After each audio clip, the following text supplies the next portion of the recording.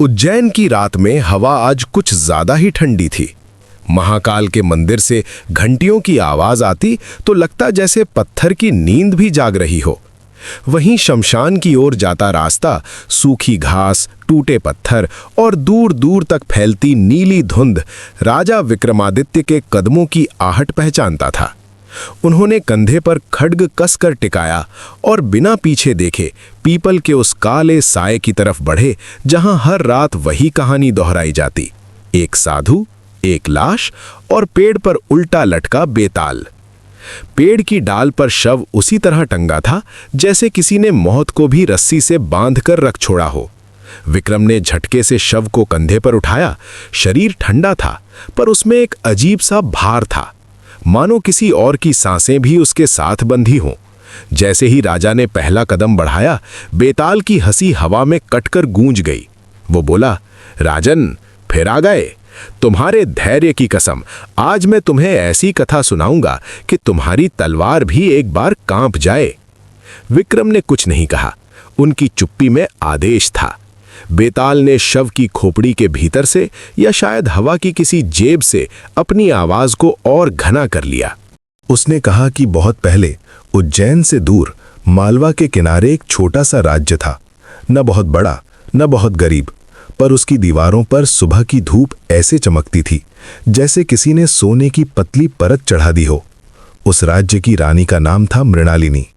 वो सुंदर थी, पर सुंदरता उसकी आदत नहीं थी। वो उसकी तरह थी जैसे आग की आदत जलना। उसके चलने से दरबार के पर्दे हिलते और उसके मुस्कुराने से मंत्री अपनी बात भूल जाते। राजा वृद्ध था, राजा आनंद वर्मा, जिसकी तलवार तो अभी भी चमकती थी पर हाथों में कंपकंपी रहने लगी थी। रानी उससे उम्र में बहुत छोटी थी। यही बात पूरे नगर को पता थी और यही बात नगर के कानों में हर दिन नई बनकर गिरती थी। मृणालिनी को महल का वैभव मिला, लेकिन मन का शोर नहीं थमा। महल में फूल थे पर हवा में आजादी नहीं थी। वो अपनी बालकनी में खड़ी होकर नीचे बाजार की तरफ देखती, जहां लोग अपनी मर्जी से हंसते चलते झगड़ते थे। एक दिन उसने देखा, राजपथ पर एक जवान सैनिक घोड़े से उतरकर घायल किसान को उठाता है। न किसी आदेश पर न किसी दिखावे में, बस जैसे उसकी नसों में दया भी प्रशिक्षण की तरह दौड़ती हो। उस सैनिक का नाम था अर्जुन। ऊंचा कद, आंखों में सीधी रोशनी और माथे पर छोटा सा कट, जैसे किसी लड़ाई की याद उसके चेहरे को रोज सलाम करती हो। रानी ने उसे पहले दिन बस देखा, दूसरे दिन उसने उसे पहचाना, तीसरे दिन उसने खुद से कहा कि ये सिर्फ पहचान नहीं, कुछ और है। और चौथे दिन उसने अपनी दासी कुसुम से कहा कि उस सैनिक के बारे में पता लगाए। कुसुम हंसकर बोली कि रानी, सैनिक तो रोज आते जाते रहते हैं। मृणालिनी ने धीमी आवाज में कहा कि ये वाला रोज आता जाता नहीं, ये मेरे भीतर कहीं रुक गया है। कुसुम ने डरते हुए भी सिर झुका दिया। महल में खबरों का चलन वैसा ही था जैसा पानी का, जहां ढलान मिले वहां बह जाए। पर कुसुम समझदार थी। उसने बात को अपने दांतों के पीछे छिपा कर रखा। अर्जुन साधारण परिवार का नहीं था। वो सीमांत गांव से आया था, जहां लोग मिट्टी और पत्थर दोनों से दोस्ती रखते थे। उसने सेना में नाम कमाया था, क्योंकि वो डर से भागता नहीं था और जीत के बाद घमंड से नहीं भरता था। उसकी वर्दी साफ रहती, पर आंखें कभी झूठी चमक नहीं पहनती। उसे रानी का नाम पता था, पर उसने कभी उस तरफ गर्दन नहीं मोड़ी थी। वो जानता था कि महल के गलियारों में हर कदम का हिसाब होता है, और वो सैनिक था जिसकी नौकरी ही ये थी कि कदमों का हिसाब रखे। लेकिन कथा में हमेशा एक दिन ऐसा आता है जो बाकी दिनों से अलग होता है। उस दिन शहर में उत्सव था। नदी के किनारे दीपदान, बाजार में ढोल और महल में नृत्य। राजा आनंद वर्मा ने दरबार सजवाया ताकि प्रजा देखे कि राज्य मजबूत है। रानी ने भारी आभूषण पहने, पर उसकी आंखें उन आभूषणों के नीचे भी खाली थीं। नृत्य के बीच अचानक एक संदेशवाहक दौड़ता आया कि सीमा पर विद्रोहियों ने हमला किया था। राजा के चेहरे पर पल भर के लिए बुढ़ापन उतर आया। फिर वो खुद को संभाल कर बोला कि सेना तुरंत निकले। सेनापति ने नाम पुकारे। अर्जुन का नाम भी आया। रानी ने उसी क्षण अर्जुन को देखा। वो झुका, राजा को प्रणाम किया और निकल गया। उसके जाते ही रानी को लगा जैसे किसी ने महल की हवा से ऑक्सीजन खींच ली हो। वो उठकर भीतर गई, पर भीतर की दीवारें भी उसे देख रही थीं। उसने कुसुम से कहा कि मुझे उससे बात करनी है।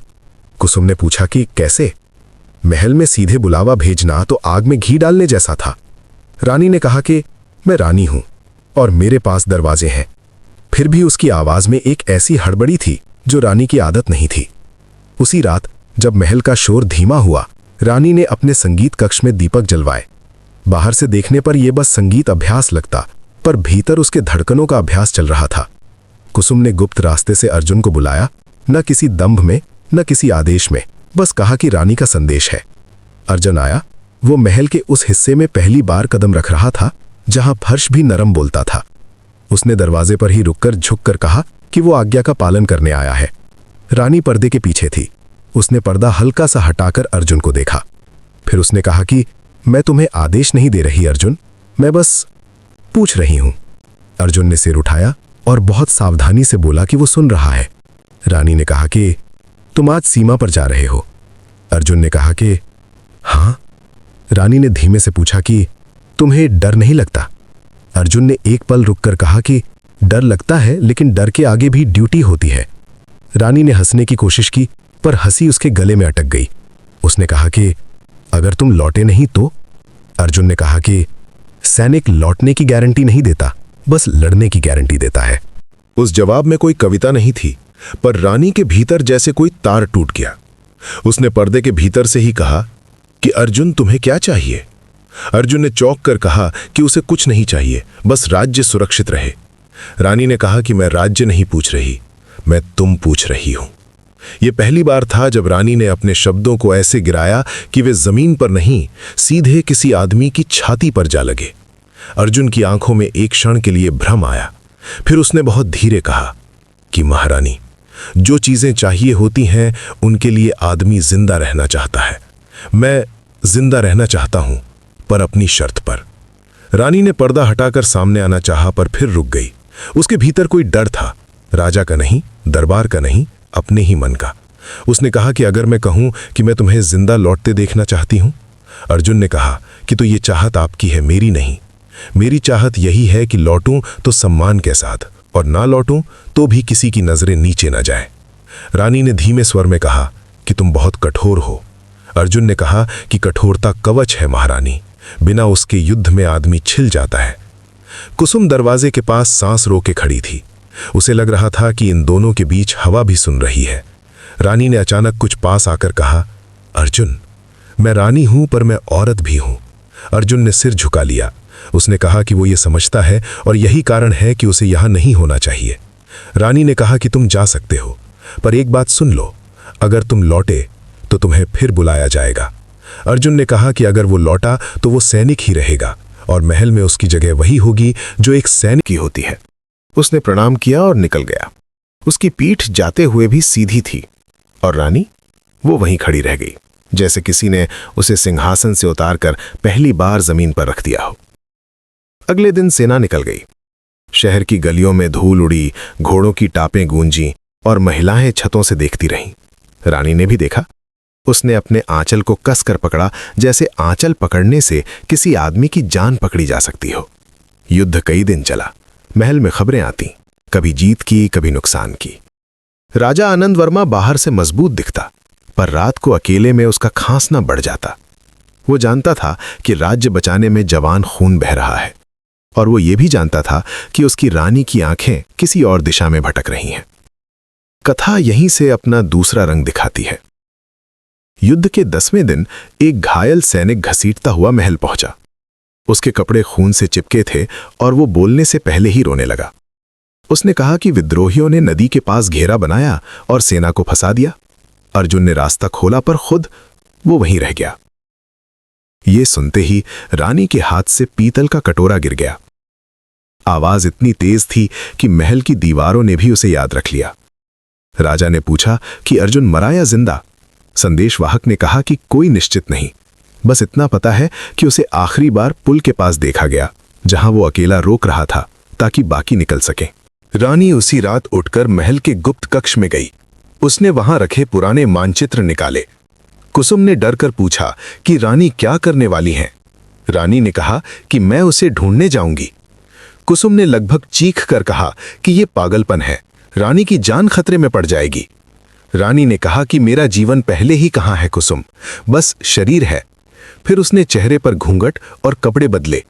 उसने अपने गहनों में से सिर्फ एक अंगूठी रखी, राज चिन्ह वाली, और बाकी सब उतार दिए, जैसे वो खुद को हल्का करना चाहती हो, ताकि एक गलती का बोझ भी उठाया जा सके। उसने महल के पुराने अस्तबल से एक तेज घोड़ा चुना। रात की हवा में घोड़े की सांस भाप बनकर निकल रही थी। कुसुम उसके साथ थी, कांपती हुई। रानी ने कहा कि अगर मैं लौटूं नहीं तो राजा को कहना कि मैं। फिर वो रुक गई। उसे समझ नहीं आया कि राजा को क्या कहा जाए, सच, झूठ? वो खुद क्या थीं, सच या झूठ? कुसुम ने कहा कि रानी कुछ मत कहिए, बस लौट आइए। रानी ने घोड़े की लगाम कसी और अंधेरे में निकल पड़ी। महाकाल की घंटियां यहां नहीं थीं, पर जंगल की हवा में भी एक अलग तरह की गूंज थी, जैसे पेड़ भी किसी का नाम पुकार रहे हों। उधर नदी के पास युद्ध का मैदान अब भी धुआं धुआं था। जलती लकड़ियों की गंध, टूटे भाले और मिट्टी में पड़े ढाल, ये सब मिलकर एक चुप्पी बना रहे थे। रानी ने दूर से शव देखे तो उसका पेट उलट गया, पर वो रुकी नहीं। वो सैनिकों के शिविर में पहुंची, जहां बचे खुचे लोग घाव बांध रहे थे। सेनापति ने उसे पहचान लिया, घूंघट के बावजूद। वो घबरा गया। उसने कहा कि महारानी यहाँ कैसे? रानी ने कहा कि मुझे अर्जुन चाहिए। सेनापति ने कहा कि वो न मिला, न किसी ने उसके शव को देखा। रानी ने कहा कि तो ढूंढो। सेनापति ने कहा कि रात है, जंगल है, विद्रोही अभी भी आसपास है। रानी ने कहा कि तो मैं खुद ढूंढूंगी। सेनापति ने विरोध किया, पर रानी की आंखों में ऐसी जिद थी कि सैनिक भी पीछे हट गया। रानी और कुसुम 2 घोड़ों पर नदी की तरफ बढ़ीं। वहां एक टूटा पुल था, जिसके नीचे पानी काला बह रहा था। अचानक झाड़ियों में हलचल हुई। कुसुम चीखी, पर सामने विद्रोही नहीं निकला, अर्जुन निकला। उसके कंधे पर गहरा घाव था और हाथ में टूटी तलवार। वो चल रहा था, पर चलना शायद उसकी आदत ने उसे थाम रखा था। रानी ने घोड़े से उतरकर उसका नाम लिया। अर्जुन ने आंखें उठाईं, जैसे उसने किसी सपना को असली मान लिया हो। उसने कहा कि महारानी यहाँ क्यों? रानी ने कहा कि क्योंकि तुम। फिर वो शब्द नहीं बना पाई। उसने बस उसका हाथ पकड़ लिया और उसकी हथेली में जमा सूखा खून महसूस किया। अर्जुन ने धीरे से अपना हाथ छुड़ाने की कोशिश की और कहा कि यह जगह सुरक्षित नहीं। रानी ने कहा कि तुम सुरक्षित नहीं हो। अर्जुन ने कहा कि वो तब तक सुरक्षित है जब तक उसके साथी पीछे सुरक्षित है। रानी ने कहा कि साथी तो निकल गए। अर्जुन ने कहा कि विद्रोहियों का एक दल अभी भी नदी के पार है। अगर वो उठकर वापस गया तो वे सुबह होते ही फिर हमला करेंगे। रानी ने कहा कि तुम्हें अपनी जान की परवाह नहीं। अर्जुन ने कहा कि जान की परवाह है, पर उससे बड़ी परवाह उस वचन की है जो उसने वर्दी पहनते समय लिया था। रानी ने कहा कि और मेरे वचन का क्या?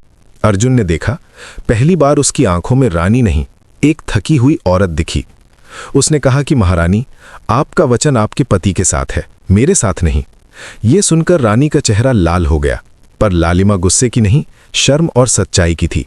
उसने कहा कि मैं तुमसे कुछ नहीं मांग रही अर्जुन, मैं सिर्फ चाहती हूं कि तुम जियो।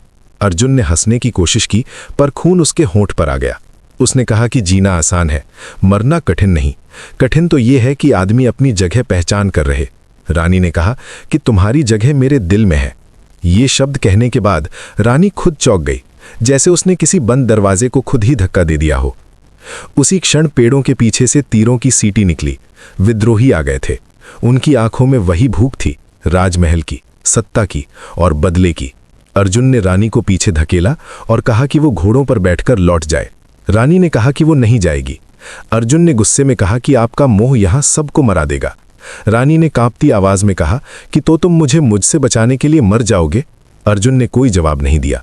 वो बस आगे बढ़ गया, एक घायल आदमी, अकेला, और फिर भी दीवार की तरह। लड़ाई छोटी थी पर क्रूर।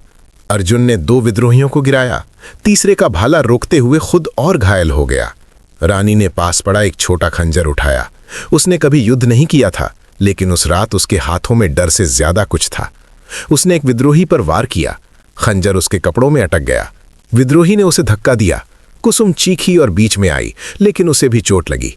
अर्जुन ने यह देखा और एक क्षण के लिए उसका संतुलन टूट गया, बस उतना ही जितना मौत को भीतर आने के लिए चाहिए होता है। उसी पल विद्रोहियों के सरदार ने तीर छोड़ा। तीर सीधा रानी की छाती की तरफ आया। अर्जुन ने बिना सोचे आगे छलांग लगाई। तीर उसकी पसलियों में धंस गया। वो गिरा नहीं, बस एक घुटने पर टिक गया, जैसे वो जमीन को प्रणाम कर रहा हो। रानी ने चीखकर उसका नाम लिया। अर्जुन ने रानी की तरफ देखकर कहा कि भागिए महारानी। रानी ने रोते हुए कहा कि वो उसे छोड़कर नहीं जाएगी। अर्जुन ने अपनी आखिरी ताकत जुटाकर कहा कि आपका जाना मेरा बचाव है। फिर उसने टूटे पुल की ओर देखा और एक पल में निर्णय कर लिया। उसने अपनी बेल्ट से बारूद की छोटी थैली निकाली। सैनिकों के पास कभी कभी रहती थी, ताकि जरूरत पड़े तो पुल या रास्ता उड़ाया जा सके। उसने उसे पुल के कमजोर हिस्से में खोस दिया। रानी ने समझा नहीं। अर्जुन ने कहा कि अगर वे नदी पार कर गए तो पूरा शिविर कट जाएगा। रानी ने कहा कि तुम क्या कर रहे हो? अर्जुन ने धीमे से कहा कि अपनी जगह। उसने कुसुम की ओर देखा और कहा कि वो रानी को घोड़े पर बैठाकर ले जाए। कुसुम रोते हुए बोली कि वो नहीं कर सकती। अर्जुन ने गुस्से में चिल्लाया नहीं, बस इतना कहा कि करना होगा। रानी कांपती हुई घोड़े पर चढ़ी, पर उसने लगाम नहीं छोड़ी। वो अर्जुन की तरफ हाथ बढ़ाती रही, जैसे दूर से भी उसे पकड़ सकती हो। अर्जुन ने तीर अपनी पसलियों में ही रहने दिया और पुल की ओर बढ़ा। विद्रोही पीछे दौड़े। अर्जुन ने आखिरी बार मुड़कर रानी को देखा। उसकी आंखों में शिकायत नहीं थी, बस एक अजीब शांति थी। फिर उसने चिंगारी जलाई। एक पल के लिए समय रुक गया।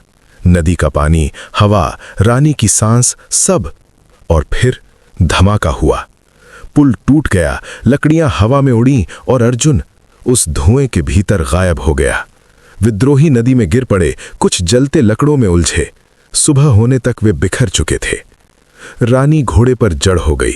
कुसुम उसे खींचती रही, लेकिन रानी की आंखें उसी धुएं में अटक गई थीं। उसके होठों से आवाज निकली, पर शब्द नहीं बने। वो वापस शिविर पहुंची, फिर महल।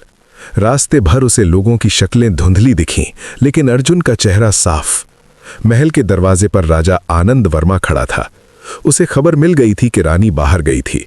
उसकी आंखों में क्रोध नहीं, टूटन थी। उसने रानी से पूछा कि वो कहाँ थी। रानी ने पहली बार झूठ बोलने की ताकत खो दी। उसने कहा कि वो युद्ध क्षेत्र में थी।